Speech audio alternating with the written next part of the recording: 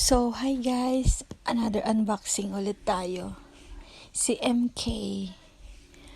Ayun nga, ang tagal-tagal ko siyang hinintay. Actually, for sale siya ngayon. Charot. Kung may gustong bumili, pwede. Pwede niyong bilhin. Message niyo lang ako. So, ayan na si Emilia Large Tote Bag. Pure leather siya. As in large, ang laki niya. Pangatlong bag kong large na ito. So, ops na. Last na talaga to. Hindi na ako mag-MK.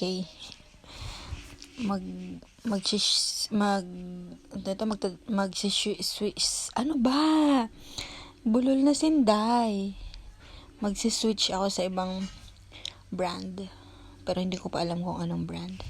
So, ayan guys. Ang ganda niya. Nakaka-inlove na naman siya. So, yan nga. Ang dami niyang laman. Puro papel. Yan, tanggalin natin. Then, ayan nga siya. Open siya. Wala siyang zipper sa ibabaw. Pero may organizer siya sa loob. Ang ganda niya, no? Ako lang nagsasabi pala. Kung yun nga, nakita niyo yung post ko sa Facebook.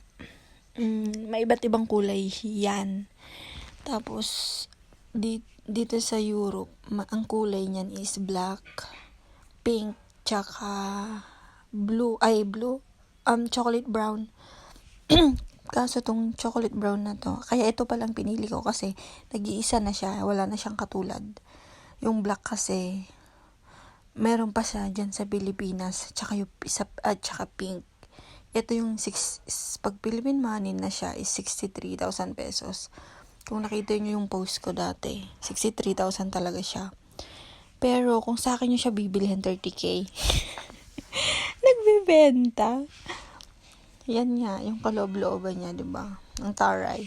Sa mga teacher diyan, Gina G yan sa inyo kasi nga ang laki ng space niya. Look. 'Di ba? And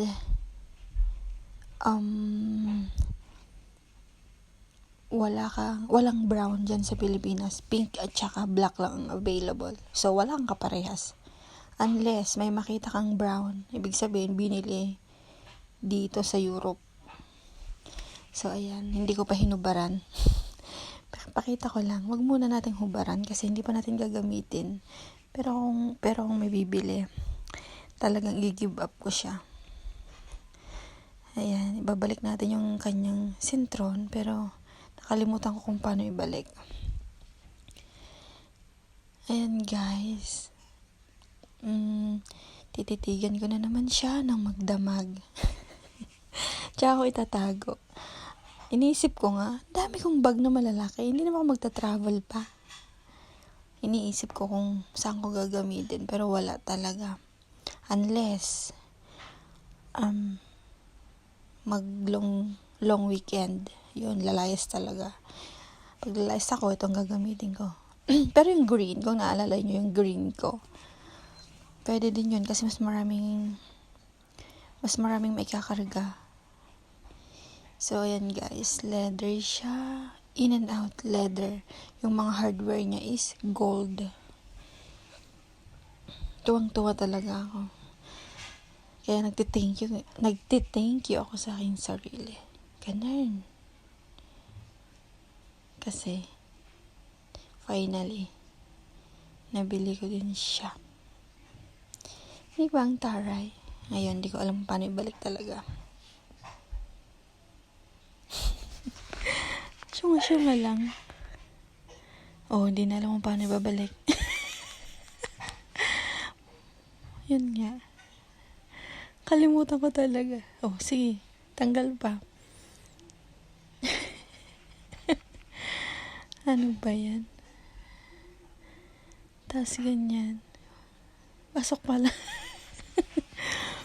Yun, achieve na ninday. So, ayan nga guys. Ang ganda niya.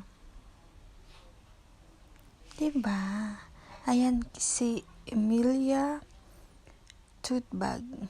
Adios!